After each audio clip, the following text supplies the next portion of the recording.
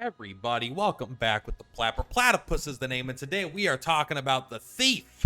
Now, I'm not gonna lie, this is the second time I've recorded this video because the first time I kind of shat on the Thief, and after playing more, I basically decided that I didn't think that was appropriate, and I wanted to remake the video actually kind of talking up the Thief, I think. But really, first, before we jump into it, boom. Thank you very much to all my members and my supporters. It is awesome what you do, and I greatly appreciate it. Now, jumping into the video here. The Thieves are frontline units in this game, which is very interesting. They don't have to be frontline units, but they're primarily a dodge tank, which is a very cool identity because it's already semi-common in games, I feel like this, but this is kind of like an official endorsement of that kind of playstyle where they're like, hey, put them on the front line. They'll just dodge all the attacks, which is really cool. So as far as their growth, you can see they're very, very fast with high evasion, high crit, high accuracy. They basically got survivability, but they have no HP or defense. But they got the evasion is pretty crazy high. They don't have the flying bonus of getting double evasion versus ground units, but that's okay. So the Thief is like an incredibly flexible character. And honestly, I just really like them. And now we'll kind of get into it in a little bit. I'm a little nervous as the game goes on. They might be a noob trap, and I don't say that to be like aggressive. We don't know what the late game meta is going to be like, but basically I'm afraid that like there will be a situation where it's like I'm afraid that like if there's like 6 combatants that like they're just not going to have like, even if an enemy only has a 20% chance to hit him, if there's 6 combatants with 2 AP, and even if he has evasion, you know, like once or twice, I feel like he's just going to end up getting hit, and he might only take 1 hit to die. So as the teams get bigger, he might fall off, but maybe with you being able to have other units on the front line, that won't happen. I don't know. But let's kind of jump into why I like them so much. And I'm going to give you 2 different teams that I like to use them with. And then it's kind of hard for me to show off the Thief in a battle, because really what they do is the same in every fight. They just dodge. But I will show off one little battle here that just kind of gave a little bit of a proof of concept to what I wanted to show you guys. But so let's take a look. How do I recommend building the Thief? When I say that, I mean, let's look at the skills first. So they got passive steal. This is kind of their main thing here, right? At least in the early game. You attack a single enemy, you steal all of that enemy's PP. If they have 4 PP, you steal all of it, it becomes yours. But, very important, it does not apply if they guard the first hit. Meaning, this is not good if they have hoplites on their teams, or other units that could jump in to guard, or units that have guaranteed guards.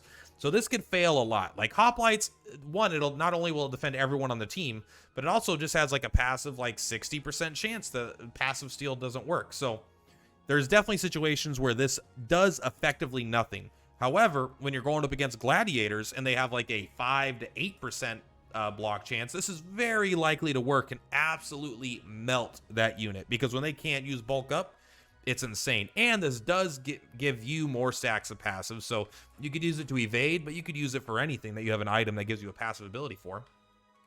Toxic Throw, super, super important ability for them becoming more flexible and them being able to become damage dealers, because what's really important here is that this poisons an enemy. I don't think poison has stacks like other things, so this actually does kind of low damage, but it does have a 2 hit count, which is relevant because it has double chance to basically hit, but it's ranged, meaning this could target the back row. You could target anything you want on the map with this ability.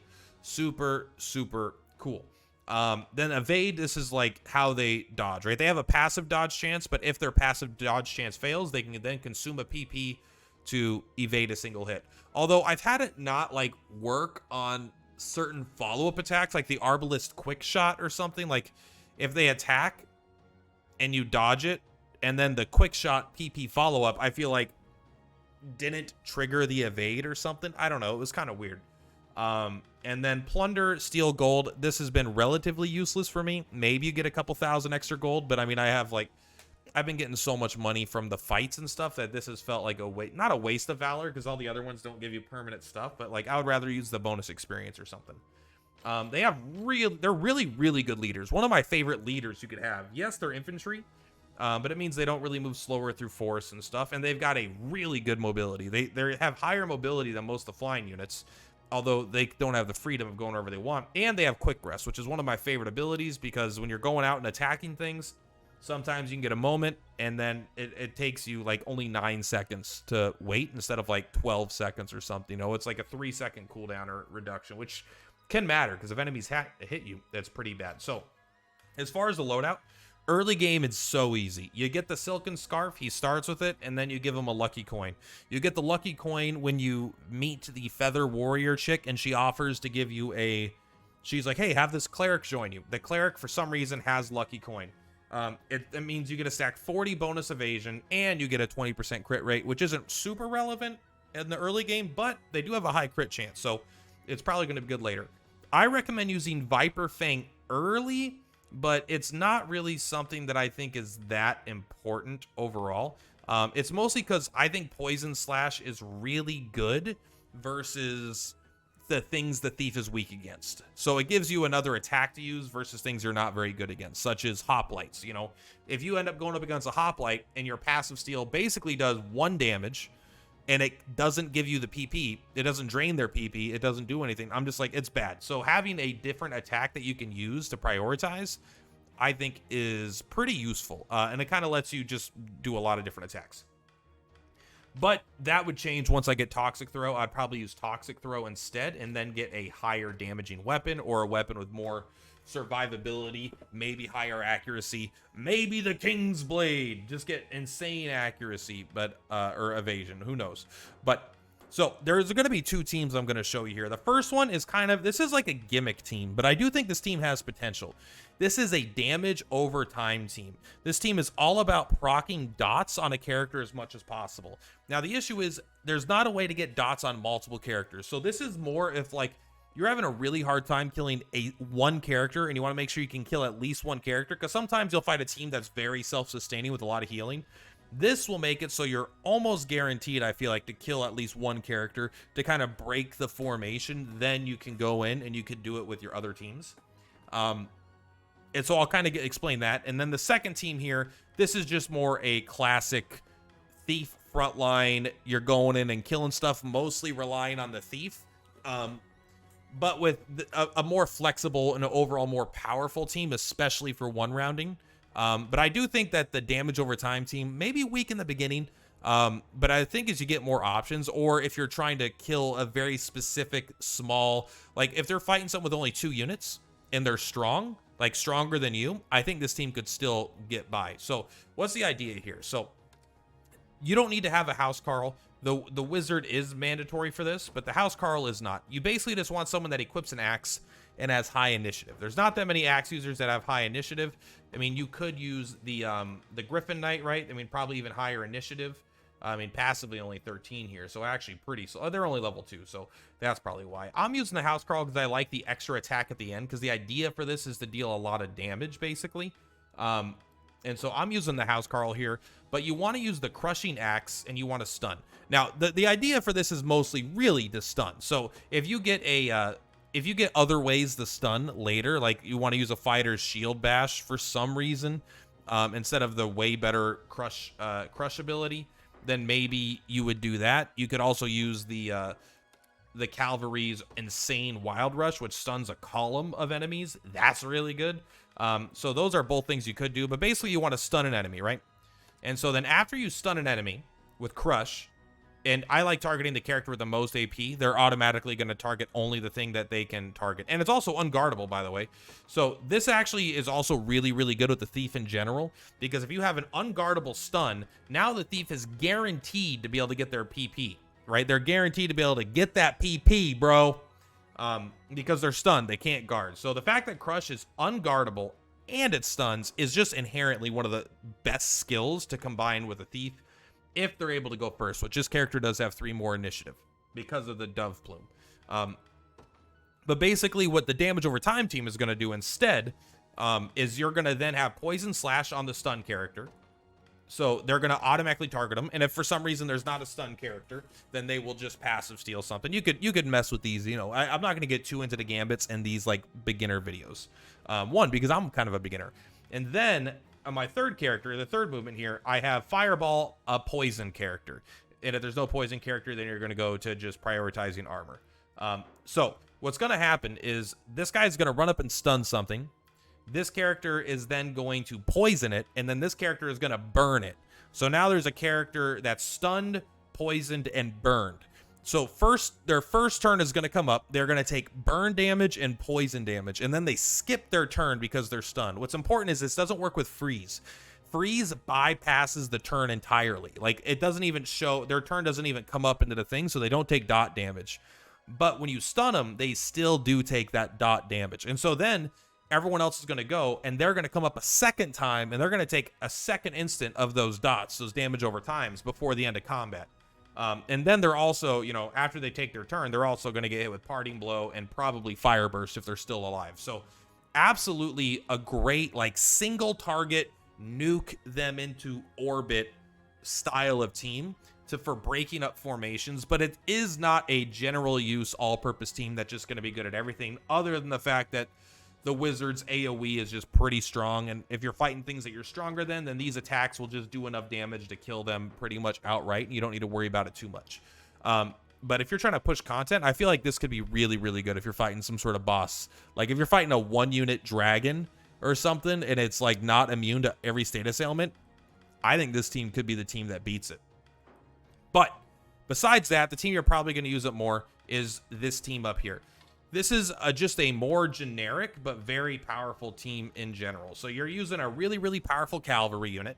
You know, that their main idea, they have True Thrust if you have the Unwavering Spear in the early game, which I really like.